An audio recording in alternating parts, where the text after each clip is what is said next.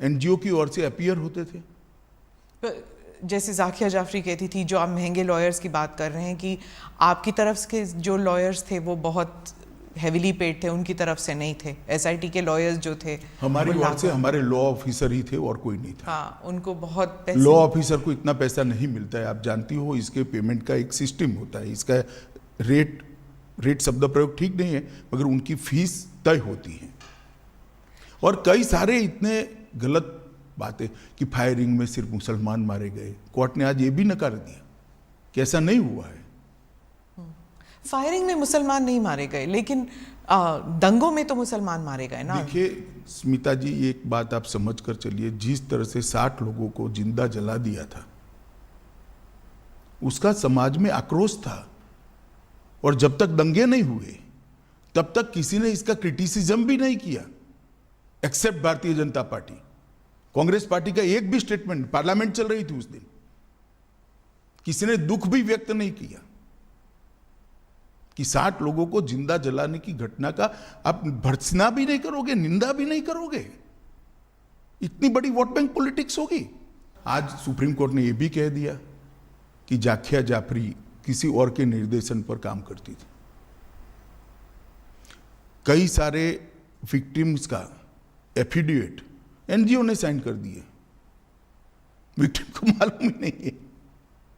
आपके हिसाब से किसने किया, क्यों किया जाकिया जाफरी के? सब जानते हैं ना कि तीस्ता सेतलवाड जी की एनजीओ ये सब कर रही थी, केवल और केवल। और उस वक्त जो यूपीए की सरकार आई, उसने ढेर सारी मदद करी है तीस्ता सेतलवाड की एनजीओ को, ढेर सारी मदद करी है, सबको मालूम है, पूरे लुटियन दिल्ली को मालूम है। गुजरात में तो आपकी सरकार थी, इतने गुजरात में हमारी सरकार थी, मगर जो एनजीओ था उसको भारत सरकार ने मदद करी है, सब जानते हैं।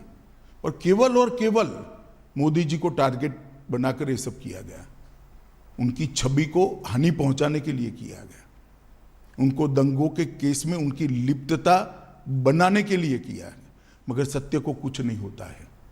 ये लंबी लड़ाई मोदी जी ने बहुत धैर्यपूर्वक सारी वेदनाओं को, वो विष को हजम करते हुए लड़े, और आज चमकते सूर्य की तरह सत्य बाहर आया है। मोदी जी जीत कर बाहर आए हैं। भारतीय जनता पार्टी के दंगों का कोई आरोप नहीं रहता। और मैं पूछना चाहता हूं, जो हम पर लगाते हैं, उनके शासन जहां जहां रहे हैं वहां दंगे नहीं हुए हैं क्या? उत्तर प्रदेश का वो इतिहास उठाकर देख लीजिए।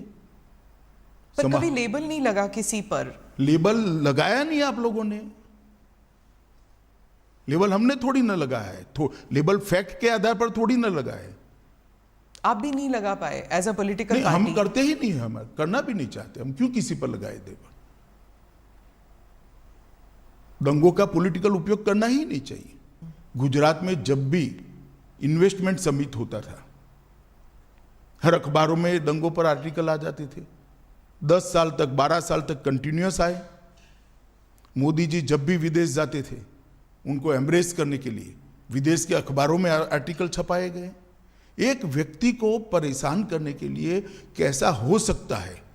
मुझे तो लगता है आप जैसे व्यक्तियों ने थीसिस लिखना चाहिए कि विसिएट कैंपेन कैसा होता है। ये कैंपेन चलाने वालों से सीखिए।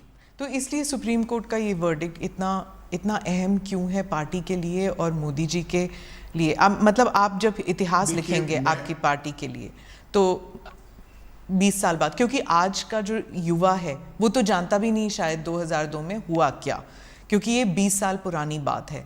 तो आज के युवा जब ये देखेंगे तो उस दिन क्या हुआ, उन 3 दिनों में क्या हुआ? क्या आपको अब कोई रिग्रेट्स हैं? और अब आप क्या देखते हैं इस सुप्रीम कोर्ट के वर्डिक्ट को? पहले एक बात समझ लीजिए, आज का युवा नहीं जानता है ऐसा आप कह सकते हो। इतिहास हजारों साल जिंदा रहता है, और झूठे आरोप जो होते हैं उसका निरसन न्यायालय के माध्यम से होना बहुत जरूरी है। और इसलिए लंबी लड़ाई, 18-19 साल लंबी लड़ाई मोदी जी भी लड़े हैं और सत्य ढूंढने वाले लोग भी लड़े हैं, और आज विजयी होकर बाहर आए हैं। क्या इसलिए ये लड़ाई जरूरी थी?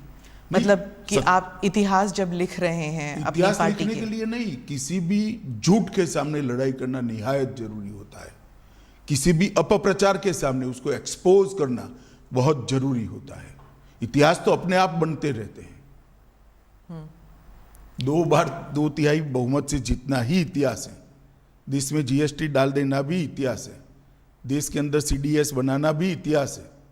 देश के पहली बार सर्जिकल स्ट्राइक करना भी इतिहास है। पहली बार एयर स्ट्राइक करना भी इतिहास है। पूरे दुनिया में भारत के गौरव को आसमान तक ले जाना भी इतिहास है। इतिहास की तो खैर बहुत सारी बातें हैं, परंतु झूठ के खिलाफ लड़ाई लड़नी चाहिए और मोदी जी डट कर लड़े हैं, धैर्यपूर्वक लड़े हैं और आज विजयी होकर बाहर आए। पार्टी के लिए ये कितना सिग्निफिकेंट है पॉलिटिकली, मैं पूछ रही हूँ। बहुत सिग्निफिकेंट है। पॉलिटिकली कम, परंतु जिस प्रकार से मेरे पार्टी के सर्वोच्च नेता को विक्टिमाइज करने का प्रयास किया गया और आज कोर्ट ने उसकी धज्जियां उड़ा दी हैं, मैं मानता हूं ये जजमेंट भारतीय जनता पार्टी के हर कार्यकर्ता के लिए, न केवल मोदी जी के लिए, हर कार्यकर्ता के लिए। मोदी जी के लिए तो खैर आत्मसंतोष का विषय हो सकता है, हर कार्यकर्ता के लिए गौरव का विषय है कि आज जो झूठे आरोप हमारे सर्वोच्च नेतृत्व पर लगाए थे वो सारे खारिज हो गए। सर, गुजरात लेबोरेटरी ये एक टर्म बन गया था कि जो गुजरात में जो एक्सपेरिमेंट किया गया, यानी कि बिना मुसलमानों के सरकार हम बना सकते हैं, बिना मुसलमानों के वोट के हम सरकार बना सकते हैं, और अगर मुसलमान ज़रा सा इधर या उधर हो जाए, लाइन पे ना चले, तो दंगे करा सकते हैं। ये एक गुजरात एक्सपेरिमेंट और गुजरात लेबोरेटरी करके जो अपोजिशन पार्टीज़ कहते हैं कि बीजेपी जो है ये इसको एक पॉलिटिकल साइंस बना दिया है उन्होंने, और वो हर राज्य में इस्तेमाल करती है। देखिए, अब जैसा जिस कलर के ग्लास का चश्मा पहनेगी ऐसा दिखाई पड़ेगा। पीले पहनेगी तो पीला दिखाई पड़ेगा, काले पहनेगी तो काला दिखाई पड़ेगा। ये देखने का नजरिया है। गुजरात मॉडल जरूर बना है। देश में हमने सबसे पहले 24 घंटा बिजली हर गांव में पहुंचाने का काम किया, वो एक मॉडल है। देश के अंदर 12 साल के अंदर 0 ड्रॉप आउट रेशियो, लगभग 0 ड्रॉप आउट रेशियो, और 99% से ज़्यादा एनरोलमेंट किया बच्चों का प्राइमरी एजुकेशन के अंदर, वो भी मॉडल है। गुजरात के ट्राइबल एरिया के लिए वन बंधु कल्याण योजना लेकर आए, वो भी मॉडल है।